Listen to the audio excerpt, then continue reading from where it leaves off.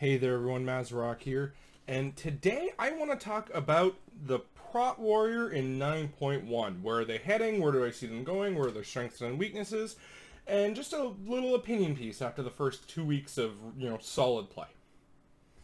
Before we get started, if you like this type of content, please hit that subscribe button. It goes a super long way for this channel, and I thank you dearly for it. And aside from that, I stream on Twitch every Wednesday, Thursday, and Saturday. Come on by, check it out. Lots of Prot Warrior content, Blood DK content, and generally tanking, although I do cover some other stuff as well. Aside from that, let's get started.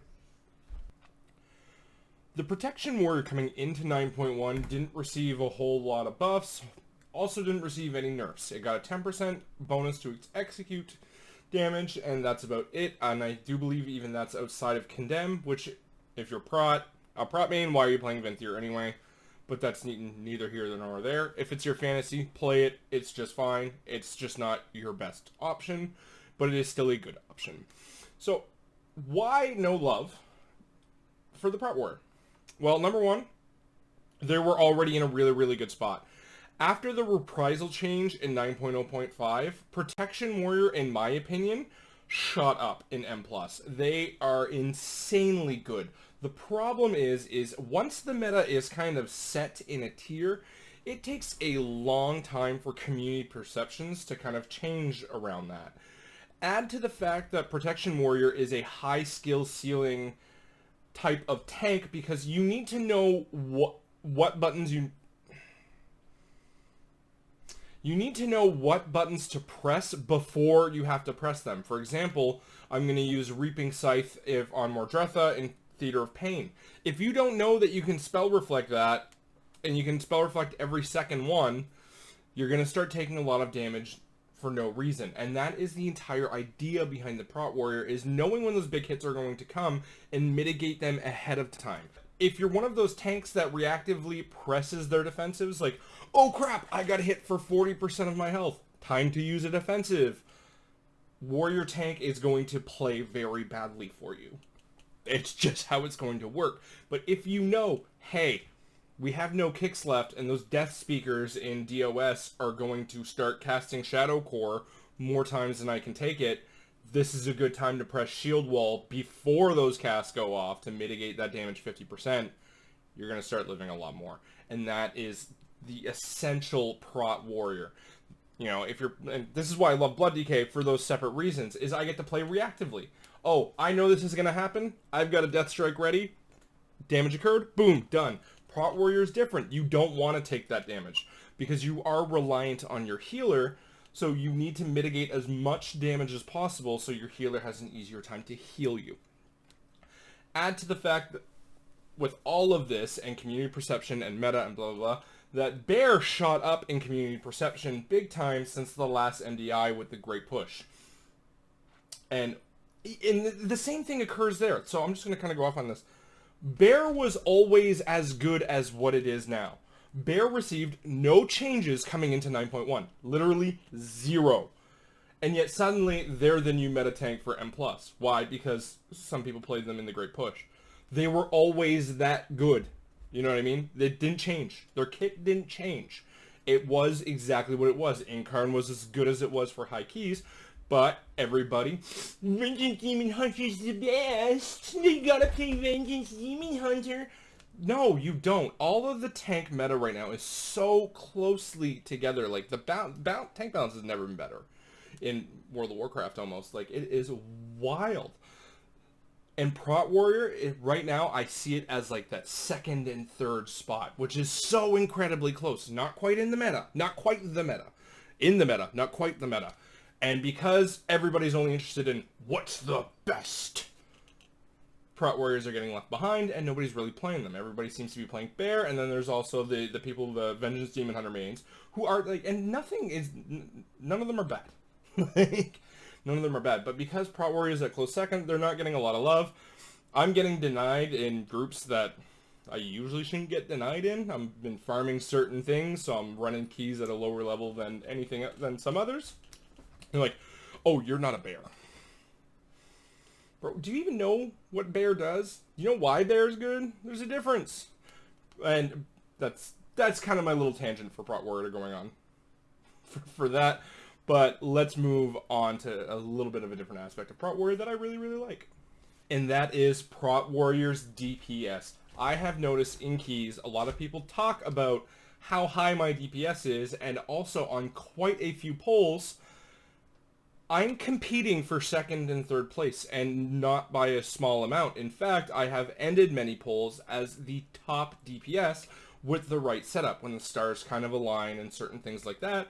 But like in Mists of Tyr to Scythe, for example, I have ended up top DPS in certain polls, and that's not to say anything bad against the DPS I was playing with.